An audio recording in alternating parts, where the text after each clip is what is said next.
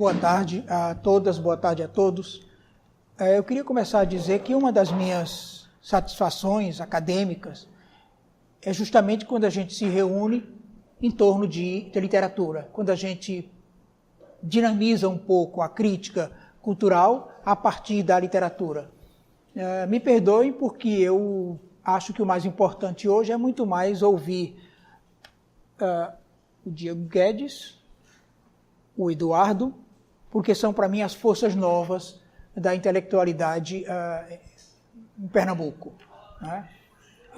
Eu quero, de uma palavra só, dizer bem rapidamente o que me levou a fazer esse livro, aliás, corrigindo, o que me levou a permitir Eduardo fazer esse livro, porque esse livro se deve a um gesto de Eduardo de buscar nos fundos de gaveta alguns artigos mais atuais e outros mais antigos, e então ele pontuou alguns momentos de minha tentativa de visão crítica, começando por esse dos riscos da linguagem subestimada nos debates públicos. Uma coisa que me escandaliza particularmente, sobretudo no ano passado, é que muitos dos nossos desencontros políticos, dos nossos desencontros, de modo geral, humanos, vêm de um desprestígio da linguagem.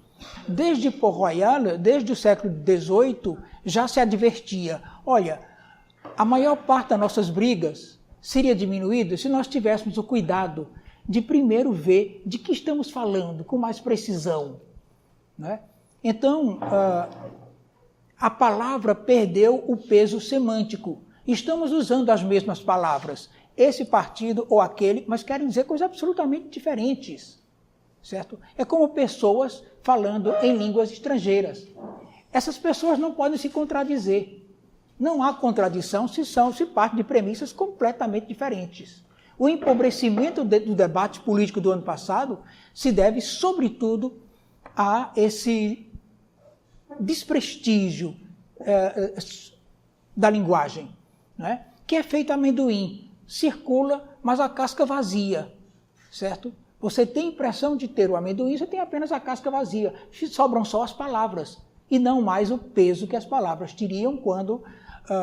essas grandes polêmicas, eu acredito que elas diminuiriam seu fervor e, sobretudo, seu furor. Né?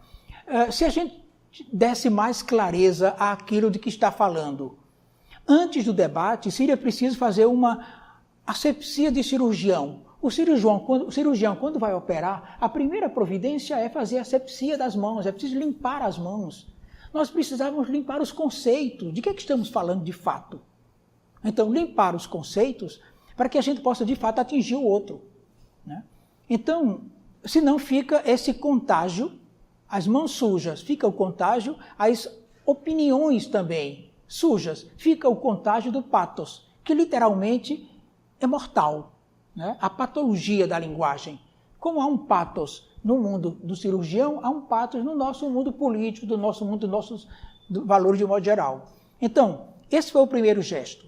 Há uma coisa errada na cultura contemporânea, que é uma certa septos em grego, quer dizer podridão. É uma primeira podridão da cultura, quem aponta é a linguagem. Então, isso foi o primeiro ponto que me chamou a atenção. O segundo é que eu queria jogar pontes para atingir o meu pessoalzinho mais jovem. A maior parte dos nossos estão desencantados com teorias literárias, com críticas literárias, porque parece um discurso sempre de pretensão e esvaziado. Não sobra nenhum valor humano que diga assim, olha, isso aqui vale a pena a gente viver em função de, certo? Então, a teoria, ela emulou mal a ciência do século XIX. A ciência do século XIX ainda buscava seguranças, certezas, absolutos, mas a ciência atual não busca mais isso. Então, não tem razão que a teoria se mantenha como única a explicar coisa, partindo de premissas absolutas. Né? E eu já tenho nos meus costados alguns anos, e eu vi essas teorias se sucederem. Dos anos 70 para cá, uma série de teorias, cada uma mais pretensiosa, cada uma com a impressão de ter aquilo que vai explicar o mundo contemporâneo. Então as teorias se sucederam com a mesma pretensão e a mesma bobagem. Então isso afastou muitos da literatura, desde os anos 70. Então esses 22 textos reivindicam, pela linguagem, uma crítica do mundo. Portanto, eu ainda reivindico um viés pedagógico, quer dizer, ensinar o fervor domado nesse registro supostamente teórico. Se perguntarem, você ensina literatura? Eu digo, não sei. Não sei se literatura se ensina. O que eu tento ensinar, passar, é o fervor por literatura. É o amor por literatura. O resto eles vão descobrindo com o tempo, isso vai amadurecendo. O outro ponto é a minha desconfiança com relação ao ideólogo na cultura. O ideólogo, para mim, tem um dorso duro, umas costas duras, como o inseto tem a quitina, não é? Você pega um inseto e ele tem sempre uma casca muito dura. Os ideólogos têm também um discurso muito duro, que é o modo como eles protegem as fragilidades, certo? As incertezas, as inseguranças. Então você busca um suposto discurso de segurança, você cria uma doutrina, e essa doutrina aparentemente te protege das fragilidades, das dúvidas. Então, esses insetos, que é um pouco a ideologia de todos nós, desde os anos 70, isso fragilizou muito a literatura. E esses ideólogos, geralmente, eles guardam a fragilidade fingindo firmeza. Você pega uma teoria marxista, uma teoria estruturalista, uma teoria... E aí os ismos e os ismos são abundantes, todos com a mesma pretensão. A chave de explicar o contemporâneo. Então, nesse sentido que a gente descobre com Esopo que a linguagem é a melhor e a pior das coisas. O que pode a linguagem? Minha nossa, sai de perto, porque é muita coisa. Certo? Então é nesse sentido. A outra coisa é a importância da fala quando ela tem um distanciamento crítico. Eu penso, a natureza fala agindo, mas o homem age falando. É tão importante para nós a fala, né? Desde que você não enrijeça a fala em dogma. O dogma é importante e perigoso como um travesseiro, porque conforta e conforma. E aí você não pensa mais, certo? O dogma tem um risco de nos fazer dispensar a pensar, certo? Então, a natureza da cultura é a linguagem. O primeiro cimento social é a linguagem. Se nós descuidarmos da linguagem, então é a cultura que perde. Se nós escutássemos alguém com atenção 5 minutos, era o suficiente para perceber de onde ele vem, quais seus valores, porque nossa linguagem nos trai entrega. Somos nossa linguagem. Nossas palavras são tão nossas quanto nossos nervos. São absolutamente pessoais. O modo de sentir, o modo de expressar. Então, é essa energia soft que rege, administra, organiza a sociedade. É um discurso, certo? Discurso acadêmico, discurso econômico, mas são sempre discursos, que eu estou chamando de energia soft, importantíssima, porque essa energia que administra, que organiza, que, enfim, a lógica de um dado discurso rege um mundo. Pronto. Se você pegar o discurso marxista, o discurso estruturalista, o discurso cristão, todos eles são válidos, desde que não se imponham, mas apenas se ponham, como questionamento. O mal está no momento em que eles não só se pondo, se impõem. Né? E aí, enfim, começa o nosso desastre. Né? Então, toda a lógica de um discurso rege o mundo. Agora, sua imposição é sempre uma impostura. Né? A literatura é exatamente o oposto. Ela é proposição, não é nunca imposição. Certo? Não tem literatura baixo astral, não tem literatura desencantada, porque a própria literatura já significa propor coisas novas. Tem um rapaz bastante inteligente, bastante bom, Platão, que quando ele organiza, no livro 7, quando ele organiza a República, e ele pensa a República perfeita, a primeira providência que ele toma é tomar os poetas pelo cabelo e colocar fora da República. E é um gesto sábio, porque ele sabe disso, porque ele é poeta. Ele sabe, se eu estou organizando uma cultura, se eu estou organizando uma sociedade perfeita, como é que eu vou colocar um poeta que é sempre alguém que vai dizer, tá bom, mas poderia ser de outro modo, poderia ser assim, certo? Então essa é a função que os nossos governos não entendem, porque a função de problematização do real, que é a função da literatura. Então, tentei colocar isso em alguns artigos. Um deles é Canudos. Canudos é para mim importantíssimo e toca muito de perto, porque é um momento amargo da memória nacional. Não é só uma referência num livro didático. É o início dos nossos desencontros, certo? Os nossos desencontros, nossas dores de corpo, nossas dores de incompreensão, tudo já está ali. O primeiro gesto da República é uma estupidez. O primeiro gesto da República é homogeneizar o país e, portanto, ele procede exatamente como o império. O que espera um império? Que em qualquer lugar haja sempre as mesmas leis, as mesmas ordens, a mesma linguagem. Então, a República repete no perverso o império. Ela espera que em todo canto haja, como queria Lisboa, Lisboa, Recife ou Goa, a mesma lei, a mesma língua. Mas é preciso respeitar as singularidades. E as singularidades, elas são muitas vezes, irredutíveis. Na cultura, são irredutíveis. Então, Canudos é o primeiro gesto estúpido da República que extirpa aquilo que não entende. Como ela não entendia os sertanejos, o modus de vida deles, como ela não entendia a razão por que eles viviam, então ela faz o gesto típico de qualquer um de nós quando procede de modo racista. O que é o racista? O racista é alguém que se autoacusa. Ou seja, é alguém que recusa o outro porque ele não cabe na sua dimensão mental. Como não cabe na minha dimensão mental, eu opto por fora. Assim fez a República com Canudos. Era outra singularidade cultural.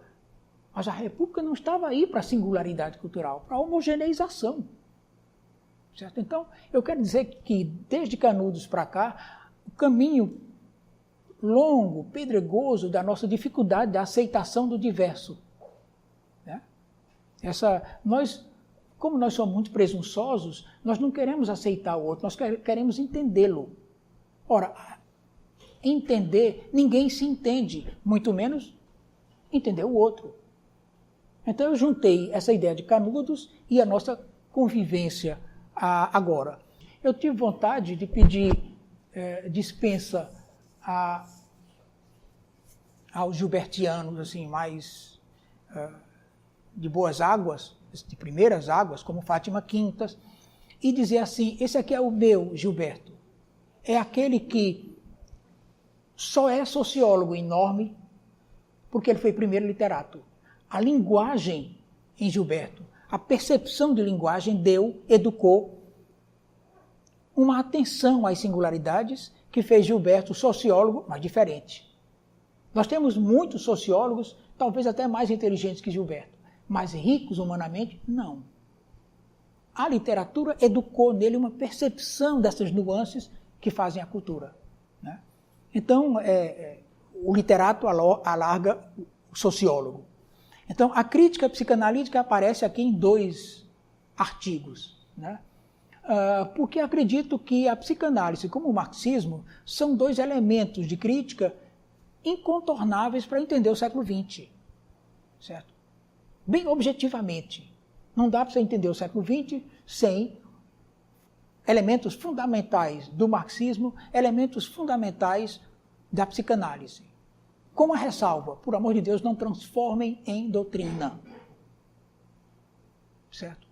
E aí, essa lógica de um dado discurso que pode enriquecer, desde que você tenha atenção a essas singularidades. Um outro artigo é sobre as revistas em revista.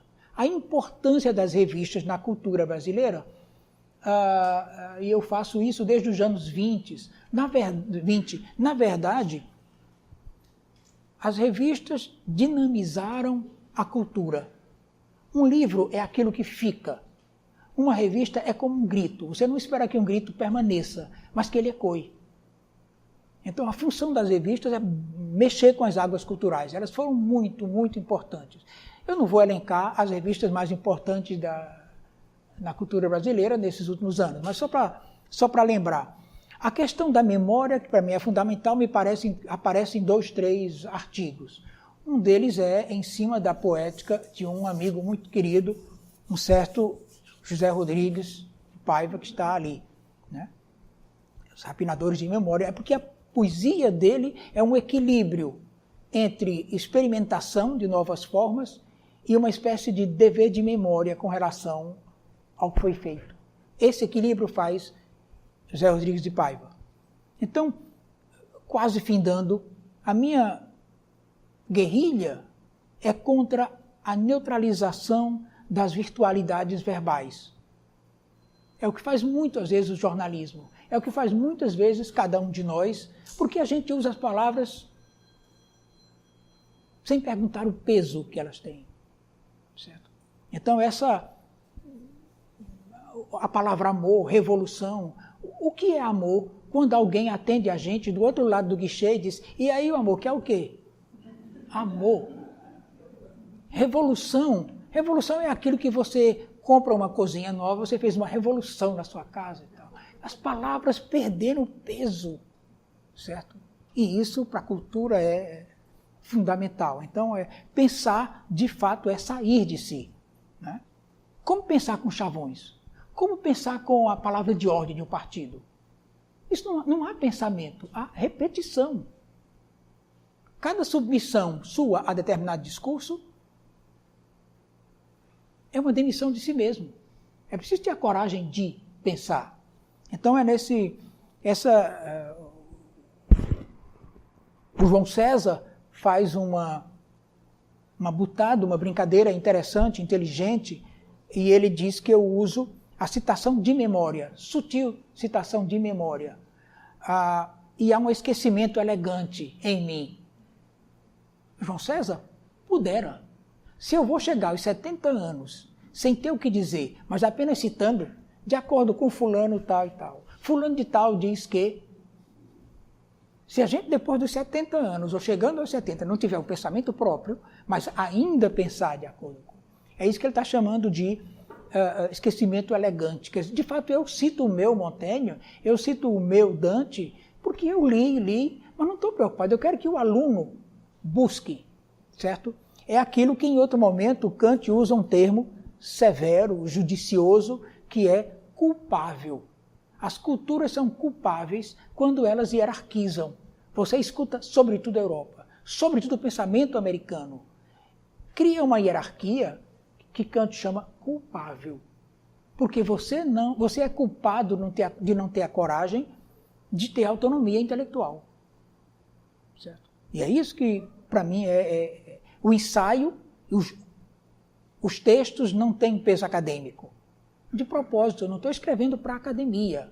O que eu quero são os meus moleques.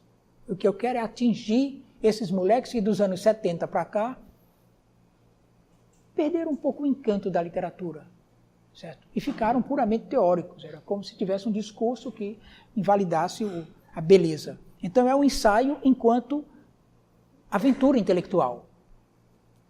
Bom, último ponto é por que diabo chamei de realidade inominada? Parece que é um termo puramente acadêmico ou um pouco para fazer valer, né? Inominada. Primeiro, eu gosto da palavra inominada mesmo. E segundo, porque há uma inadequação das representações verbais ante a complexidade do real. As coisas mais fundas em nós não cabem em linguagem. Aquilo que nós queremos dizer de mais importante, você não tem palavras para dizer. Então, quando você diz, ou diz demais, ou diz de menos. Mas há uma inadequação nas representações verbais. É claro que eu fui roubar isso um pouco do pensamento da ciência contemporânea, da quântica. Quando a quântica começa a mostrar o que se passa no universo subatômico, eu acho isso fantástico. Chega uma barreira que Planck chama, é impossível dizer mais. Heisenberg diz assim, é impossível dizer que não seja por metáfora ou analogia. Eu me viro e digo, vem cá, estamos na área literária então, né? Quer dizer, a alta ciência converge para dizer, há uma realidade percebida, mas que não dá para ser nomeada. Por isso, inominada, mas está aí. Está aí. O sentimento que eu vejo quando me deparo com alguém, eu saio, mas essa pessoa mexeu comigo. Ou porque me irritou, ou porque, enfim, por qualquer razão, ou me atraiu e tal, mas eu carrego coisa que eu não sei nomear. Mas está aqui. Certo? Então é nesse sentido que da quântica à camarinha interior de cada um, nós só temos acesso às estruturas gerais da realidade empírica. Só. O que nós chamamos de realidade? O que pode ser descrito. E Einstein dizia, nós estamos em plena metafísica, porque nós chamamos de física aquilo que pode ser descrito. Se aquilo que a gente percebe não nomeia. Por isso que ele chamou de fantasmagórica a realidade subatômica. Quer dizer, essa ciência está caminhando, está convergindo para o pensamento literário. O maior pensamento científico caminha e converge para o pensamento literário, que é descobrir os índices de uma complexidade do real. Então, é mais nesse sentido. Então, a realidade não está nos bastidores mesmo, né? Apenas o que dela a linguagem permite dizer. Certo? O que está escondido em mim, que é tudo. Isso é um verso de Pessoa que eu roubei. Cadê o Paulo? Bom, pronto. O que é, pronto, Paulo, o que é fundamental é essa coisa de o que está escondido em mim, que é tudo. Quer dizer, cada um de nós é movido por uma outra, você ignora. Mas você é movido por uma realidade. Isso não é uma realidade, é aquilo que move você. Né? Então, o princípio da indeterminação do Heisenberg de 27 converge para o encontro nosso com literatura. Certo? Confirma a intuição de Max Planck também. Há um limite epistemológico, e isso é um palavrão bem do mundo de filosofia e tal, epistemológico, mas enfim, do conhecimento sensível. Há um limite. O conhecimento sensível, a percepção é maior do que um conceito. Eu sempre brinco dizendo que o perceptum é sempre maior do que o conceptum. A gente percebe uma realidade mais complexa do que aquilo que a gente poderia dizer num conceito. Então, essa realidade em movimento, essa realidade permanente, o que está aí. O que quer dizer o que está aí? Né? Mas a gente aponta uma realidade inominada, mas está aqui. Perdoe, não queria cansá-los. Sim, sim. Não.